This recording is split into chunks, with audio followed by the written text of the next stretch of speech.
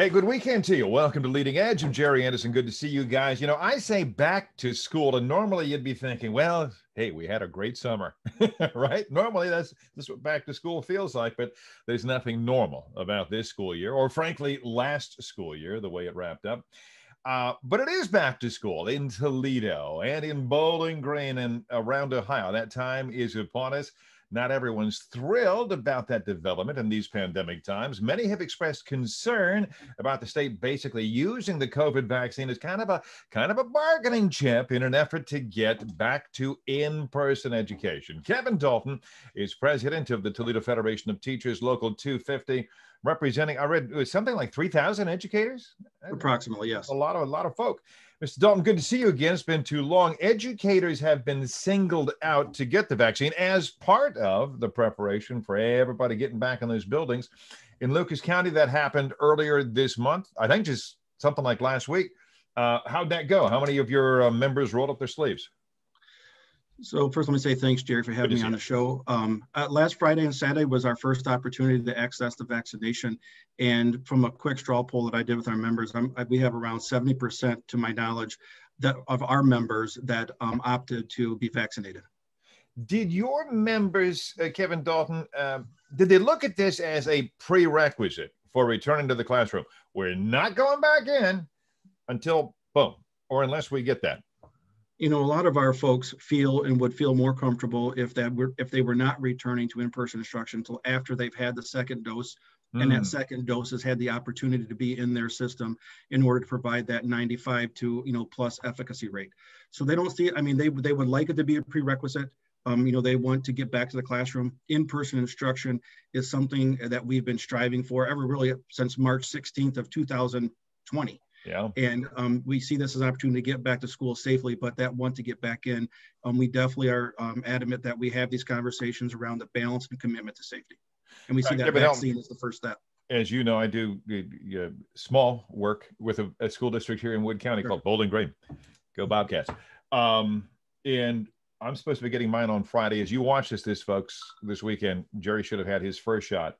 By us getting our first one, they are telling us we are guaranteed to get the second shot. In fact, they are date specific. Are they doing that with you guys?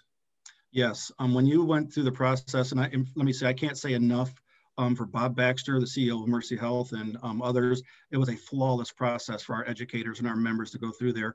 But when you went there with your appointment, it was in and out. And while you're there, they gave you a card for your next appointment. And there's that commitment to receive that second dose. All right.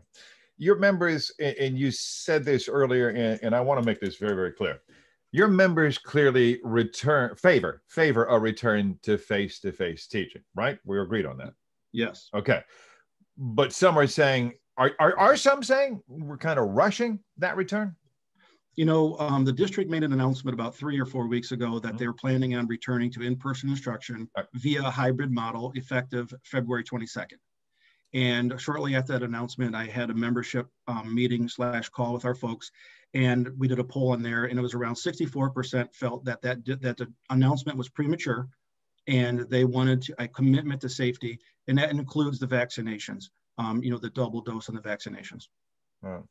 Some districts, I know you have followed this, you've got your own district to worry about, but some districts signed the governor's pledge, got the vaccine, and then kind of said, sorry, Charlie, we're not reopening. I think Akron's in there, something in Cincinnati, some other places.